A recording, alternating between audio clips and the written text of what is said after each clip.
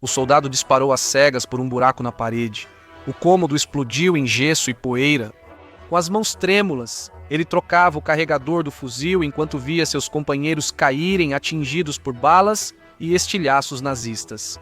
Lá embaixo, os tanques lutam por cada centímetro da rua, tentando desesperadamente destruir uma máquina de matar. A poucos quilômetros dali, Adolf Hitler estava no subterrâneo Führerbunker, protegido do massacre acima, à espera de um exército fantasma para salvá-lo. Esta é a batalha que acabou com a Alemanha nazista. Em 16 de abril de 1945, o exército soviético havia colocado mais de 2,5 milhões de soldados em Berlim. Às margens do rio, aguardavam para atacar o Reich em ruínas. Entre eles, estava o sargento Ivan Petrovich. Ele deitava na grama molhada à margem leste do Oder, cercado por um silêncio quase físico. Ele conferiu o tambor de munição pela terceira vez, passando o polegar sobre os cartuchos de latão frio, tentando forçar sua mente a permanecer vazia. Quase 200.000 soldados poloneses como Wojciech Nowak juntaram-se aos soviéticos após lutar desde o leste. De repente, o céu se rasgou exatamente às 3 da manhã. O sinalizador subiu e mais de 40.000 canhões morteiros e lançadores de foguetes abriram fogo. O som era ensurdecedor, uma onda de concussão que atingiu cada homem do lado alemão. As colinas do Silo, última barreira natural antes de Berlim, viraram uma massa de fogo e terra revirada. Em 20 minutos, mais de 1 milhão de projéteis atingiram posições alemãs. Comandantes soviéticos direcionaram 140 holofotes antiaéreos para as linhas alemãs.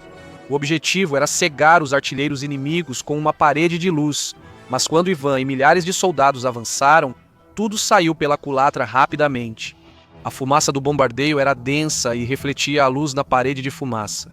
As colinas do Silo viraram cemitério, com tropas soviéticas avançando e alemães fortemente entrincheirados.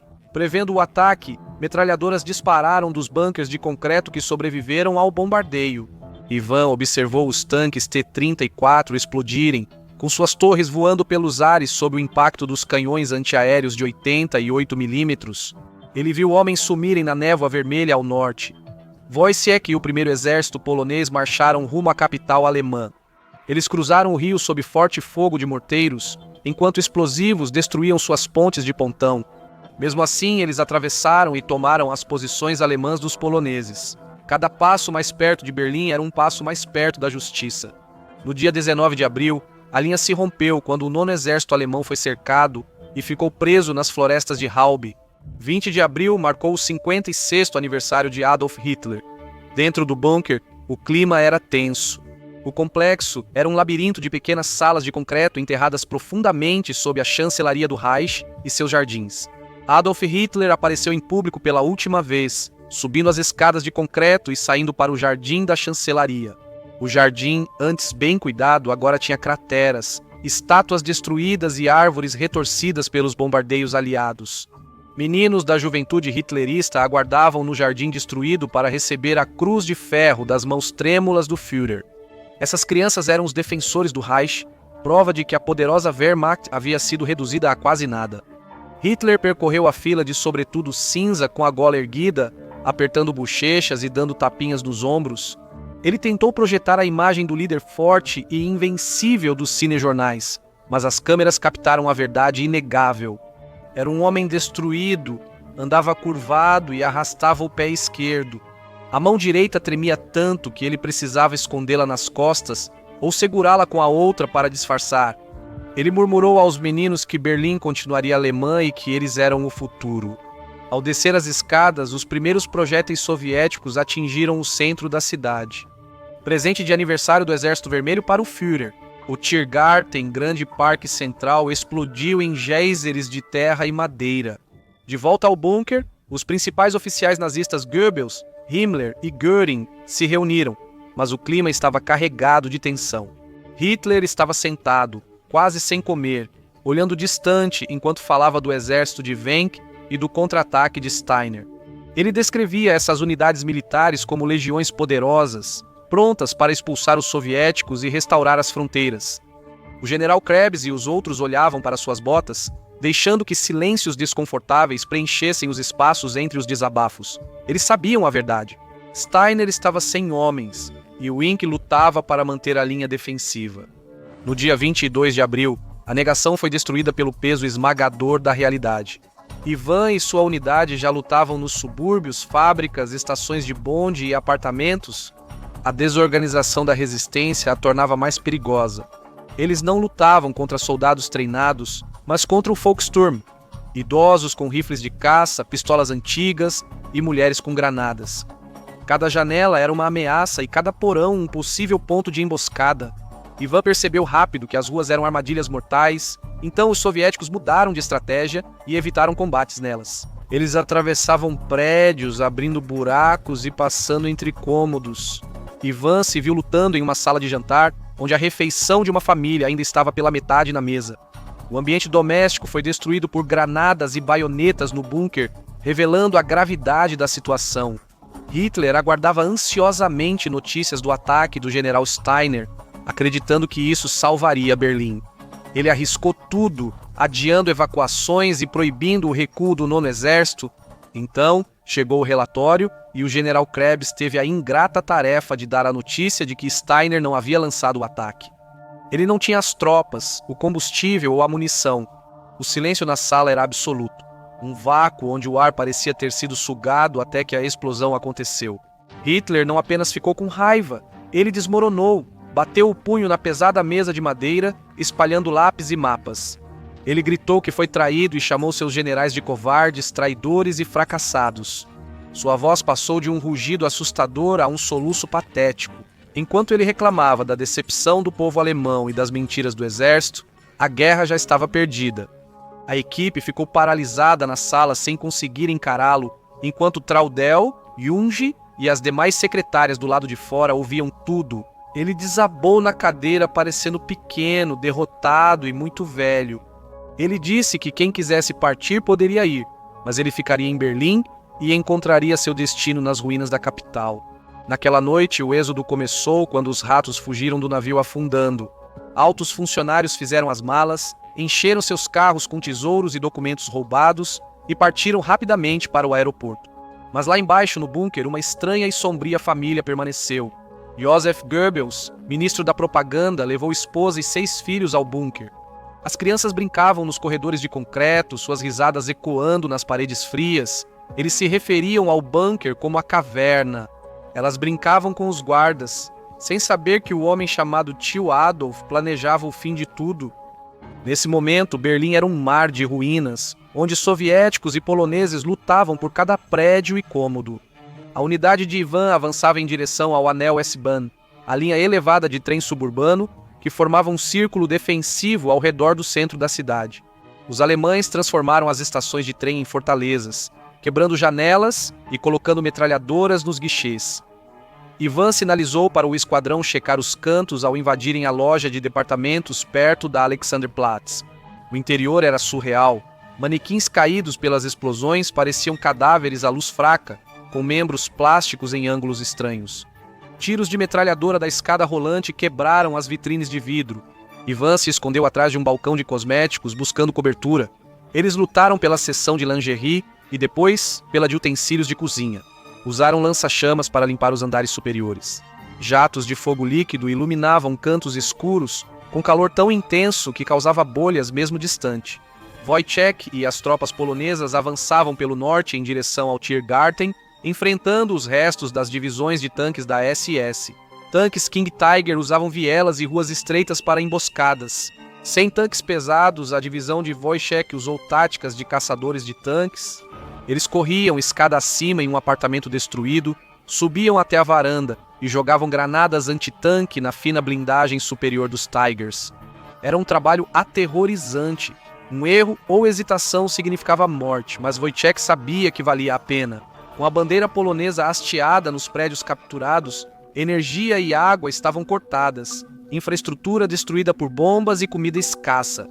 Mulheres desesperadas corriam as ruas nas pausas dos bombardeios para cortar carne de cavalos mortos, arriscando tiros de franco-atiradores para alimentar suas famílias. Em 28 de abril, o Führerbunker estava isolado, com apenas um frágil contato de rádio cheio de estática. Hitler andava pelos corredores, arrastando os pés e esperando por um milagre que não viria. Um ajudante se aproximou cautelosamente, entregando-lhe um pedaço de papel. Era um relatório da Reuters. Heinrich Himmler, chefe da SS e arquiteto do estado de terror, que Hitler chamava de leal, tentava negociar a rendição com os aliados ocidentais. Ele tentou salvar-se, entregando a Alemanha aos americanos e britânicos. Hitler ficou paralisado e pálido. Göring já tentara tomar o poder, mas Himmler devia ser um verdadeiro crente. Se Himmler era um traidor confiável, será que todos conspiravam contra ele? Hitler voltou-se para Hermann Feiglin, representante de Himmler no bunker e cunhado de Eva Braun. Feiglin tentou fugir da cidade disfarçado com roupas civis e uma bolsa com dinheiro e joias, mas foi pego. Hitler mandou levar Feiglin ao jardim da chancelaria e colocá-lo na parede. Foi uma execução de gangster, um ato de violência de um homem que havia perdido todo o controle sobre seu império. Os tiros mal se ouviam sobre a artilharia, mas a traição já havia semeado dúvida em Hitler. Himmler entregou cápsulas de cianeto para emergências, mas agora duvidava se o veneno era verdadeiro. Seria um truque? Seria um sedativo projetado para drogá-lo, para que pudesse ser capturado vivo e colocado em uma jaula em Moscou? Ele precisava saber e buscava um sujeito de teste. Olhou para Blondie, sua pastora alemã. O cachorro era uma das poucas coisas vivas que ele realmente valorizava. Ordenou isso ao tratador Fritz Torno. Hitler saiu da sala sem assistir. Depois, Blondie teve convulsões e morreu no banheiro. Hitler ficou satisfeito ao confirmar que o veneno era real e a fuga garantida. Ele olhou para o animal leal, imóvel no azulejo frio, e saiu calado, desabando logo depois. Em 29 de abril, os soviéticos preparavam-se para atacar o Reichstag, mas para isso precisavam cruzar o rio Spree e tomar a ponte Motka. Essa ponte era um ponto de estrangulamento, barricada fortificada de ferro e pedra, bloqueada pelos alemães com bondes, arame farpado e explosivos. A unidade de Ivan integrava a primeira onda. À noite, o céu era iluminado pelos prédios em chamas. O ar estava repleto do uivo dos foguetes Katyusha de Stalin. Avançaram pela ponte, mas foi um massacre. Metralhadoras alemãs do outro lado varriam o tabuleiro da ponte e os homens caíam, despencando na água gelada do Spree. Lá embaixo, Ivan rastejou sobre um bonde destruído sob balas faiscando perto do rosto e atirou com sua submetralhadora até o cano encandecer. Eles avançaram lentamente e criaram uma cabeça de ponte entrando no bairro diplomático. O próximo objetivo deles era o Ministério do Interior. Conhecido como Casa de Himmler, era um enorme prédio governamental, um labirinto de escritórios e corredores. A disputa pelo Ministério do Interior foi intensa. Soviéticos e SS lutaram sala a sala, jogando granadas pelas portas e atirando pelo chão. Ivan estava em um grande escritório cheio de livros jurídicos quando um oficial da SS o atacou com uma faca. Ivan não teve tempo de recarregar. Então ele balançou a coronha pesada de madeira de sua arma, acertando o maxilar do homem. Eles rolaram no chão entre vidro quebrado e tinta, até Ivan sacar a faca. O oficial da SS arranhou o rosto de Ivan em vão, enquanto Ivan cravava a lâmina com um baque nauseante. Acabou rápido. Ele ficou ofegante no chão até receber a ordem de avançar e garantir o telhado. Enquanto Ivan lutava no Ministério do Interior, uma cena surreal ocorria no bunker com os soviéticos a menos de 1 quilômetro. Disparos de rifle eram ouvidos do lado de fora e explosões sacudiam as paredes. Hitler resolveu organizar seus assuntos e ditou seu testamento final à secretária Traudel Jung. Na sala de conferências, poeira caía do teto a cada projétil. Ele fez um último discurso exaltado. Ele não assumiu responsabilidade nem admitiu o erro. Ele culpou judeus, generais e o povo alemão por não apoiarem sua visão com força suficiente. Então ele fez algo que surpreendeu a equipe, decidiu se casar. Eva Braun foi sua companheira por anos, mantida nas sombras, uma amante secreta escondida do olhar do público. Um vereador local chamado Walter Wagner lutava na Volksstrom ali perto.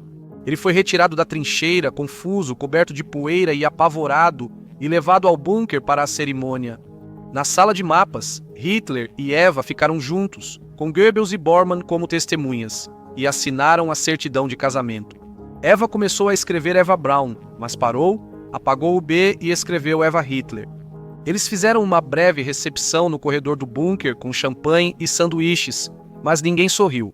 No dia 30 de abril, O amanhecer surgiu sobre o prédio do Reichstag enquanto fumaça saía do telhado. As janelas estavam emparedadas, transformando-o em uma fortaleza. Era o coração simbólico do Terceiro Reich. Ivan o observava com binóculos das janelas do Ministério do Interior. Era o alvo. O fim da linha, o terreno aberto em frente ao Reichstag, a Königsplatz, era uma zona de morte, inundada com água de canos rompidos e cortada por trincheiras. À direita estava a Ópera Kroll, infestada de atiradores de elite, e atrás dela erguia-se a imensa torre Flak do zoológico. Seus canhões antiaéreos de 128 milímetros abaixados para disparar diretamente contra a infantaria soviética. A artilharia soviética abriu fogo com dezenas de canhões, concentrando seus disparos no edifício até que a fachada começou a desmoronar sob os impactos. A infantaria avançou. Ivan correu com as botas na lama enquanto homens caíam ao redor.